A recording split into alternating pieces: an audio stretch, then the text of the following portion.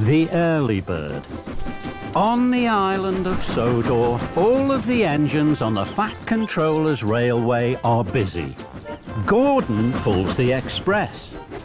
Percy delivers the mail, and Thomas puffs and chuffs cheerfully on his branch line.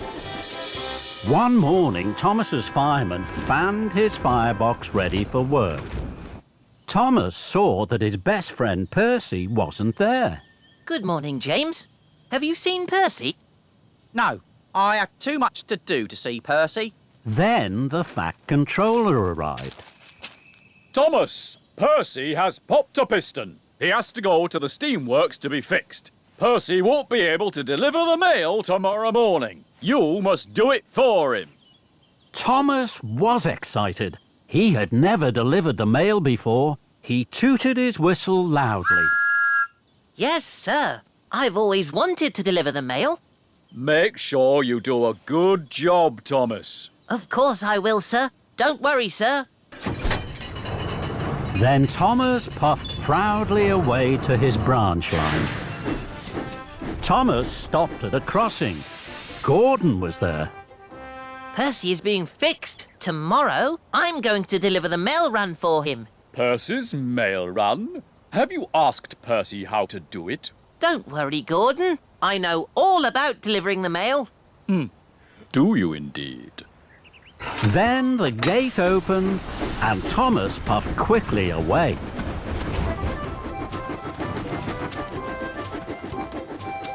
Thomas worked hard all day.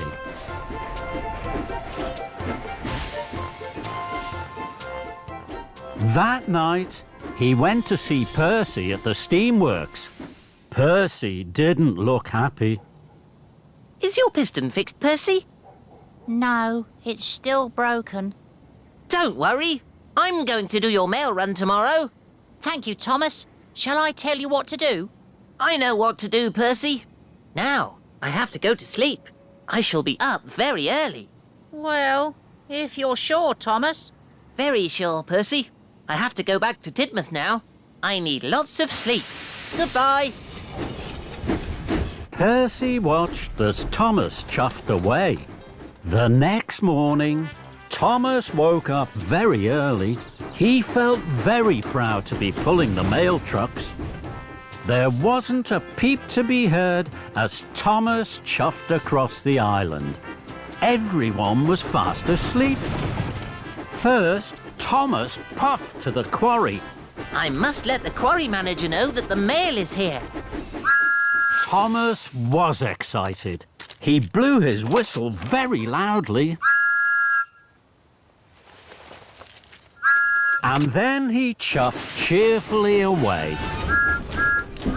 Thomas hadn't seen that his loud whistle had woken up Mavis. Who's making that noise? Next, Thomas chuffed to the docks. I must let the dock manager know that the mail is here. Thomas was excited. He blew his whistle even louder. And then he chuffed cheerfully away. What Thomas hadn't seen was that his good morning whistle had woken Cranky up. Who woke me up? This is fun.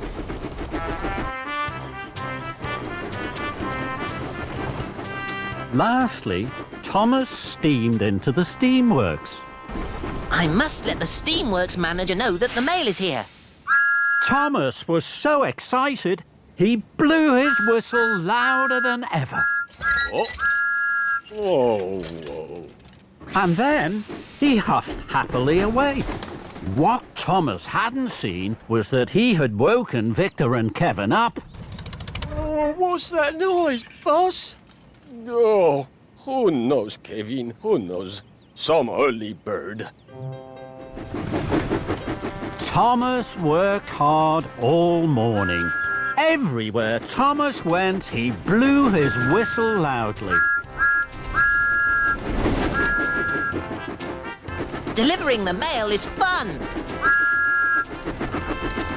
Soon, Thomas had delivered all the mail. It was time for him to puff back to Tidmouth Sheds for a rest. As Thomas passed through the quarry, he saw Mavis. Her trucks were being loaded with slate. Then there was trouble. Mavis hadn't lined up her trucks under the hopper. Slate spilled everywhere. That's strange. Mavis never makes mistakes.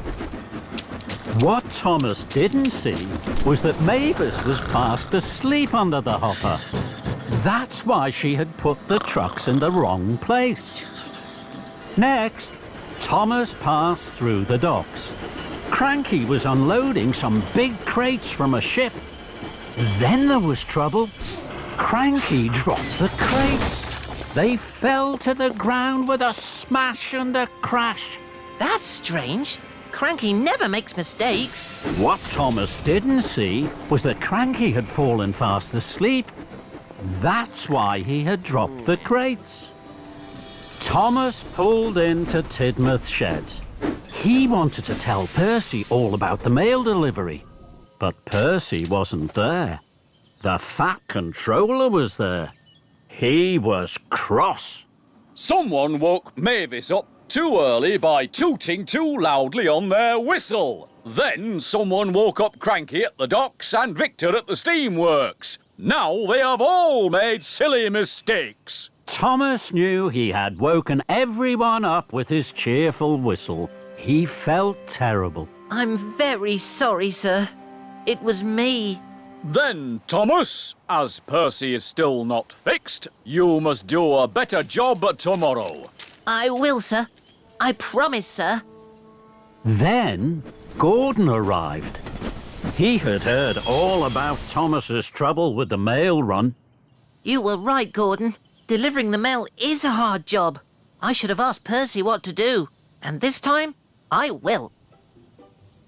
That evening, Thomas visited Percy at the steamworks.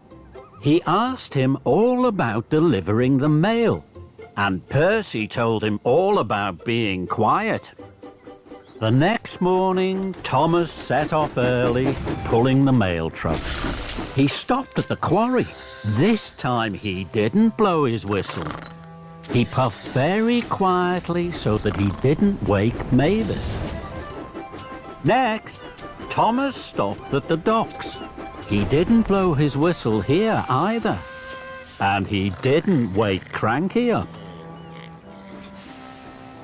Lastly, Thomas puffed into the steamworks. He dropped off the mail, and he didn't blow his whistle once. Victor stayed fast asleep. But Percy had woken up early to see his best friend Thomas. Well done, Thomas. You did everything right. Thank you, Percy. Now I know the most important thing about delivering the mail. You have to do it quietly. Percy was so happy for his friend that he wanted to toot out loud. Then he looked at Thomas. Thomas had fallen fast asleep. Sleep well, Thomas. And Thomas snored the sleep of an engine who had done a very good job. 旅に出よう遠いところへ世界中を巡ろうすごい冒険が待っているたくさんの発見が待っているトーマスたちの旅は続く